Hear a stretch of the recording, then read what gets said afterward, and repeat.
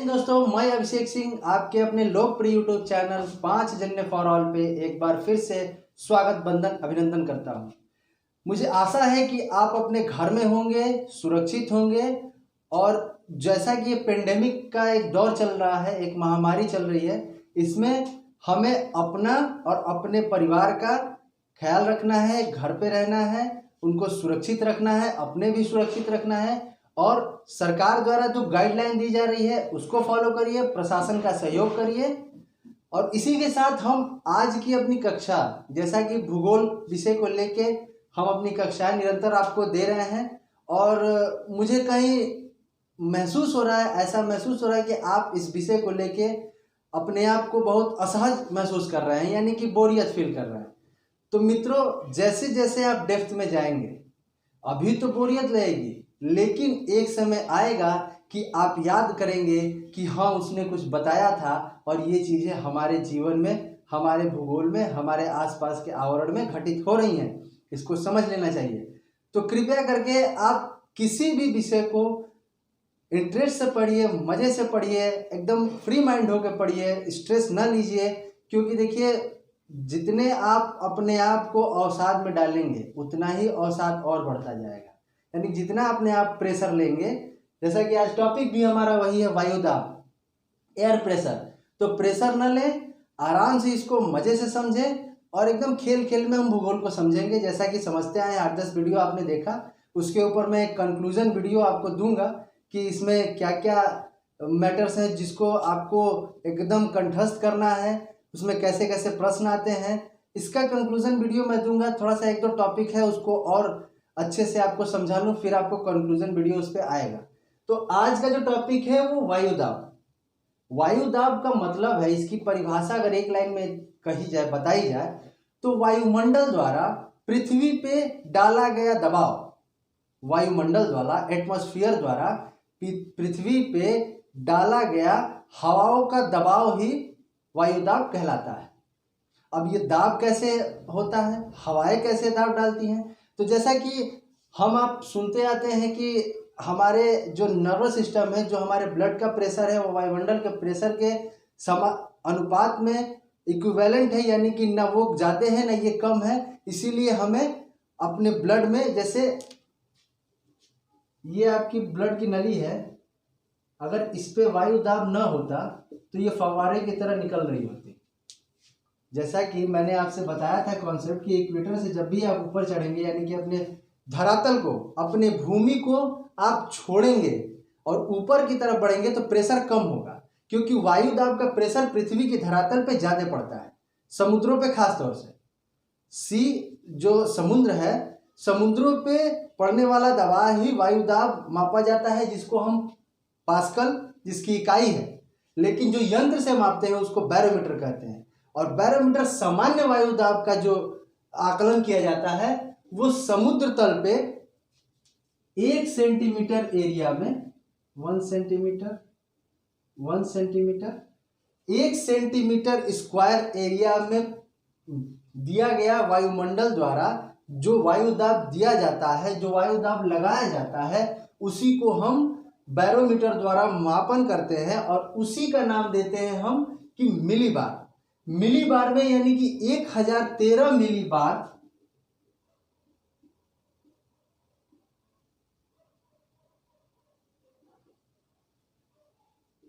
इसका सामान्य वायुदाब मापा जाता है। सामान्य यानी कि अगर इससे अधिक होता है तो वायुदाब बढ़ गया। जैसा कि आगे भी हम चर्चा करेंगे, तो इसको एकदम दिमाग में बैठा लीजिएगा कि जब मैं कहूंगा कि वायुदाब बढ़ा तो इससे बढ़ा, ना कि 0 से बढ़ा।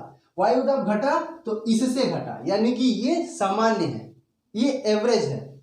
1 सेंटीमीटर स्क्वायर पे लगने वाला वायु का दाब, वायुमंडल द्वारा लगाया गया दाब ही वायुदाब कहलाता है और इसको मिलीबार से प्रदर्शित किया जाता है, बैरोमीटर से मापा जाता है, पास्कल इसकी इकाई है और 1013 एवरेज इसका मिलीबार मापा जाता है। अगर इससे मैं अधिक कहूँ तो अधिक दबाव पड़ा तो 1013 से अधिक पड़ा, 15, 16, 17, 18। कम पड़ा तो 13 से नीचे 12, 11, 10 ऐसे पड़ा। तो हम प्रेशर की बात कर रहे थे। तो प्रेशर पे हम आते हैं, जैसे हम सुनते हैं कि हम जब बिना किसी इक्विपमेंट के, बिना किसी सुरक्षा के हम जब पहाड़ों पे अपनी यात्रा करते हैं या फिर पहाड़ों पे जो भी हमारे पर्वतारोही हैं वो जाते हैं, तो एक घटना सुनने को मिलती है कि उनके नाक से ब्लड आने लगा। कभी कभी उनको वायु दाब इतना कम हो जाता है ऊपर जाते में, यानी कि धरातल को छोड़ने में ऊपर वायु विरल होती है।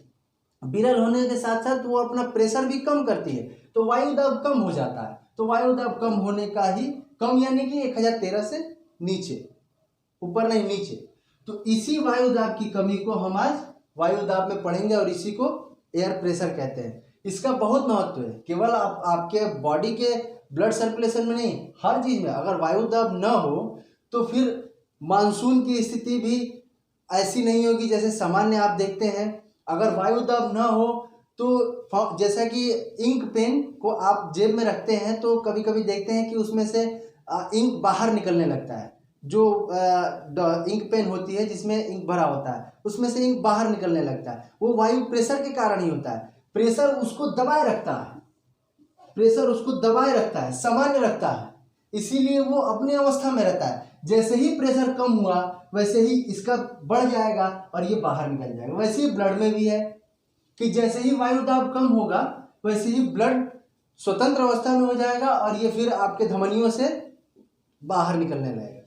तो ये है वायु दाब। तो वायु दाब कहाँ कैसे पड़ता है, इसकी क्या क्या लोकेशंस हैं, इसके बारे में भी थोड़ा समझ लेते हैं। इसकी पेटियां, तो वायु दाब की पेटियां यानी कि डिवाइड किया गया है उसको, ग्लोब पे किस प्रकार से डिवाइड किया गया है उसको पेटियों में यानी कि उसके भाग में विभाजित करके, मुख्यतः 7 भागों में उसको विभाजित किया गया है।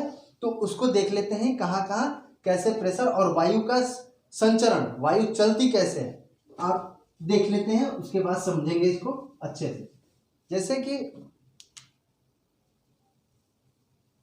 ये हमारी पृथ्वी है, ये हमारी पृथ्वी है। इस पे मैंने आपको बताया था कि ये इक्वेटर, भूमध्य रेखा, इसको मैंने बताया था कर्क रेखा, ये मकर रेखा, ये 66.5 डिग्री उत्तरी अक्षांश, ये 66.5 और ये 90 डिग्री का पोल, साउथ में भी और नॉर्थ में भी। तो जो हम पहला कॉन्सेप्ट लेके चलते हैं, पहले कॉन्सेप्ट में यह है कि उष्णकटिबंधीय वायु दाब की पेटी, यानी उष्णकटिबंधीय यानी कि ट्रॉपिकल वायु दाब की पेटी, इक्वेटर पे पड़ने वाला वायु दाब कैसे पड़ता है। तो इक्वेटर से 5 डिग्री नॉर्थ एंड इक्वेटर से 5 डिग्री साउथ, ये जो क्षेत्र होता है इसको भूगोलवेत्ताओं ने डोल्ड्रम का नाम दिया।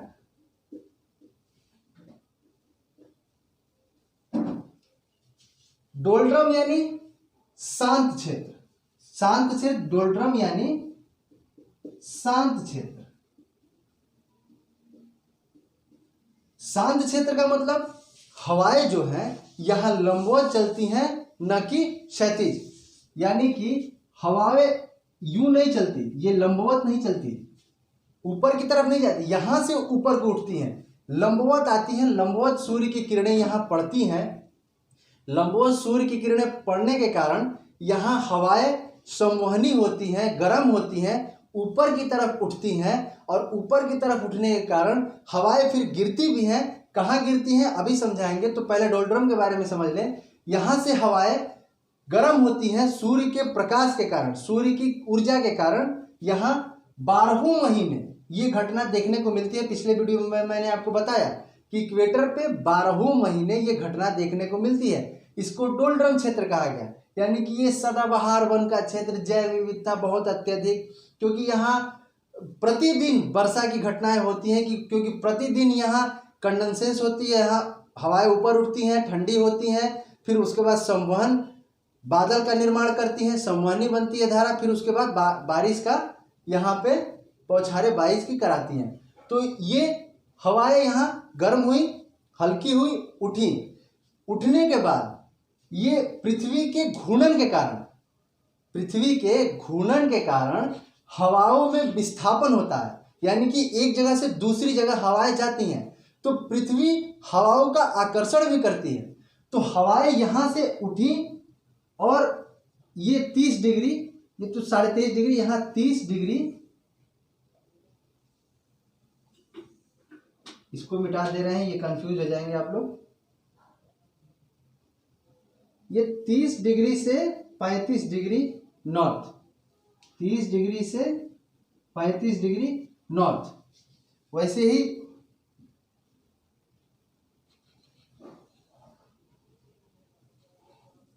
यहां भी 30 डिग्री से 35 डिग्री साउथ।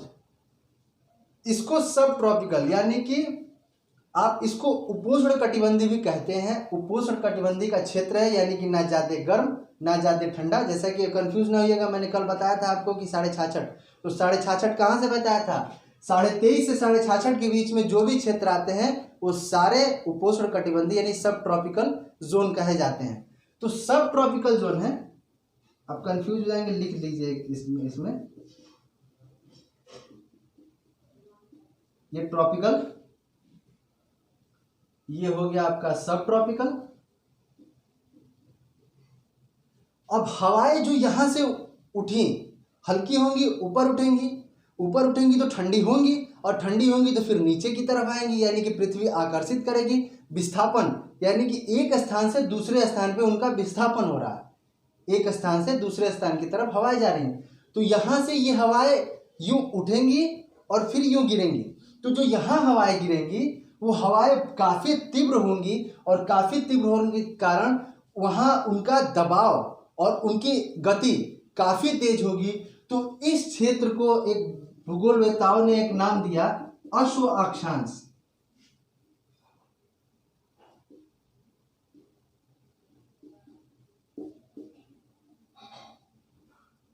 अश्व अक्षांश का नाम दिया, यानी कि हॉर्स लैटिट्यूड। हॉर्स लैटिट्यूड क्यों नाम दिया गया?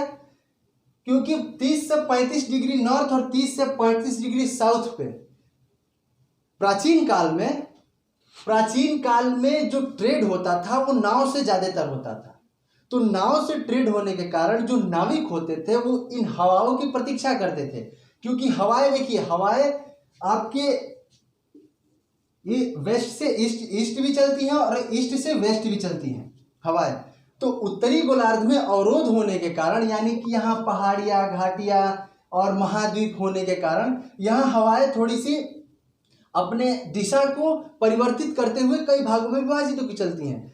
अश्व अक्षांश नाम इसलिए दिया गया कि नाव पे जो घोड़े का ट्रेड होता था, तो जब ये हवाएं चलती थी तो दबाव इतना ज्यादा होता था इनका हवाओं का कि नाव उनकी डूबने लगती थी। तो वो क्या करते थे कि घोड़ों को समुद्र में फेंक देते थे। कुछ घोड़ों को फेंक के अपनी नाव को हल्का करके आगे की ओर बढ़ते थे, और फेंक के छोड़ते नहीं थे घोड़ों को बांध के, उनके पैर बांध के और उनको फेंक देते थे नीचे, और नाव में उसको खींचते हुए ले जाते थे। अगर बच जाते थे तो फिर बैठा लेते थे, नहीं तो छोड़ देते थे। यानी कि इनका कहना ये होता था कि ये हवाएं घोड़ों को मांग रही है, तो इनको दे दो। तो इसीलिए इसका हॉर्स लैटिट्यूड यानी कि अश्व अक्षांश नाम पड़ा, जो कि दोनों गोलार्धों में, आपके नॉर्थ और साउथ दोनों गोलार्धों में 30 से 35 डिग्री मानी जाती है। लेकिन यहाँ चूंकि अवरोध है तो यहाँ का जो हवाओं की गति है वो अवरोध के कारण थोड़ी कम है, लेकिन इसीलिए इसको अस्थायी कहा गया। ये जो क्षेत्र है इसको अस्थायी कहा गया। लेकिन वही अगर साउदर्न रीजन में आ जाएंगे आप तो इसको स्थायी क्षेत्र कहा गया। अस्थायी क्यों? क्योंकि यहाँ अवरोध नहीं है। कॉन्टिनेंट्स आपको जितने भी मिलेंगे, अप्रॉक्स 80% कॉन्टिनेंट्स का जो भी भूभाग है वो आपके इक्वेटर के नॉर्थ में ही है। साउथ में आपका यहाँ ऑस्ट्रेलिया, यहाँ साउथ अमेरिका, ऐसे छोटे छोटे द्वीप, यहाँ इंडोनेशिया ऐसे मिलेंगे। तो कहा जाता है कि ये जो क्षेत्र है यहाँ बिना अवरोध के हवाएं चलती हैं, तो इसलिए ये अस्थायी पौने होती हैं अकॉर्डिंग टू इसके, क्योंकि यहाँ अस्थायी पौने हैं। इसलिए कहा जाता है कि पेरू के तट पे, इंडोनेशिया, जैसे पेरू का तट आपका यहाँ है, इंडोनेशिया के तट पे ये देखने को मिलती है, अश्व अक्षांश गुजरती हैं वहां से। गिनी के तट पे, जो पापुआ न्यू गिनी जिसका गिनी द्वीप है उसके तट पे ये हवाएं देखने को मिलती हैं, ये हवाएं गुजरती हैं। ये हवाएं 12 महीने चलती हैं। तो ये हुआ सब ट्रॉपिकल। अब आ जाते हैं सब पोलर यानी कि उपध्रुवी क्षेत्र।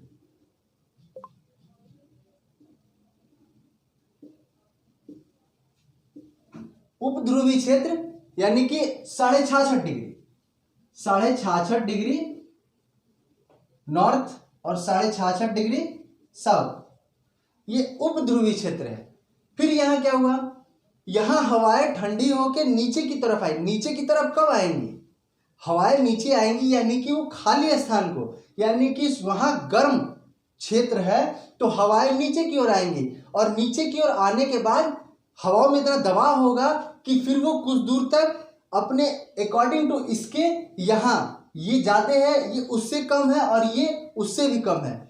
फिर हवाएं यहाँ को उठेंगी, फिर हवाएं यहाँ को उठेंगी और फिर उपध्रुवी क्षेत्र पे अपने आप को विस्थापित करेंगी।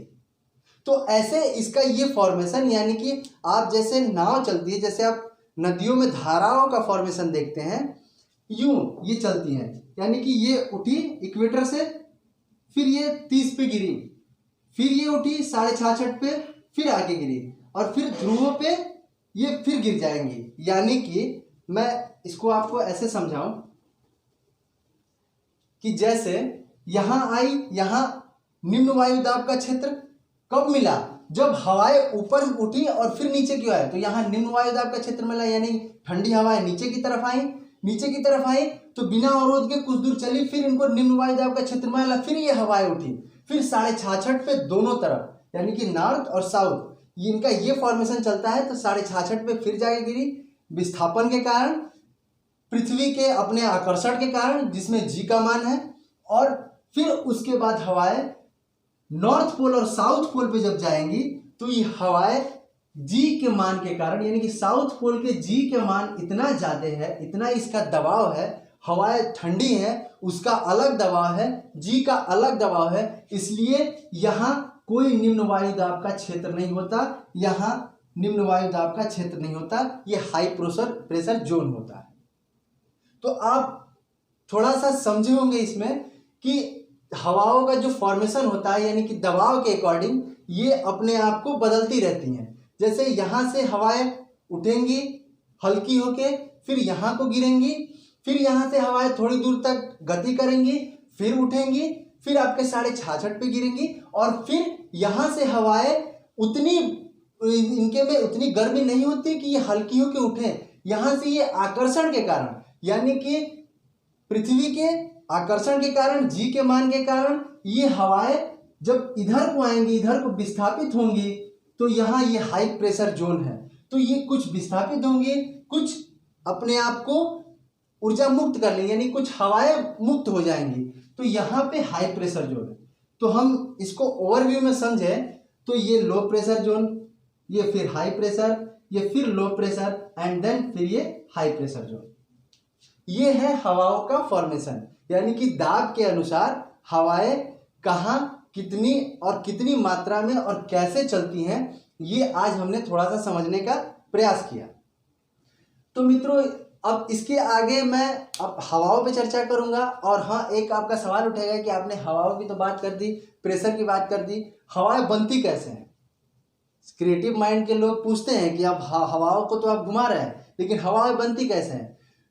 तो उसका भी कॉन्सेप्ट आप समझ लीजिए कि हमारे वायुमंडल में जो भी गैसें हैं, जो भी गैसें वो स्थिर नहीं है। स्थिर क्यों नहीं है, क्योंकि पृथ्वी के घूर्णन के कारण, पृथ्वी के अपने अक्ष पे घूर्णन के कारण कोरियोलिस बल का जो दबाव होता है, यानी कोरियोलिस बल, पृथ्वी पश्चिम से पूर्व की तरफ घूमती है और कोरियोलिस बल पूर्व से पश्चिम की तरफ उसको वापस धकेलता है। इसी बल के कारण हवा गैसों का एक ऐसी संरचना बनती है कि गैसें गति करने लगती हैं। जो गैसें, जैसा कि मैंने बताया था आपको पिछले वीडियो में, कि जो गैसें हमारे वायुमंडल में पाई जाती हैं वही हवाओं का निर्माण करती हैं। वो कोरियोलिस बल, उसका अगर कारण कोई है तो वो कोरियोलिस बल। एक कोरियोलिस महोदय थे, बहुत ही बड़े भूगोलवेत्ता थे, उन्होंने ही इस बल का पता लगाया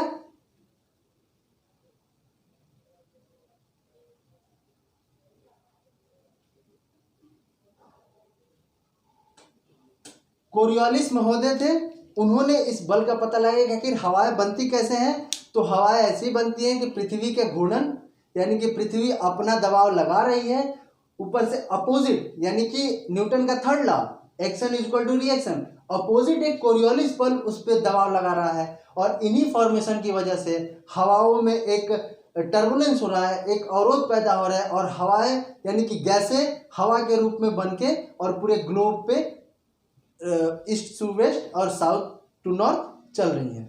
तो ये रहा आज का हमारा क्लास, और उम्मीद है कि इस वायु दाब को समझे होंगे।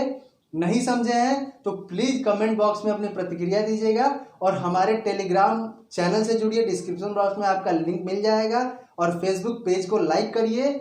और इस पेंडेमिक में अपने आप को सुरक्षित रखिए, घर में रहिए, गाइडलाइन का फॉलो करिए, प्रशासन का सहयोग करिए। जय हिंद, जय भारत।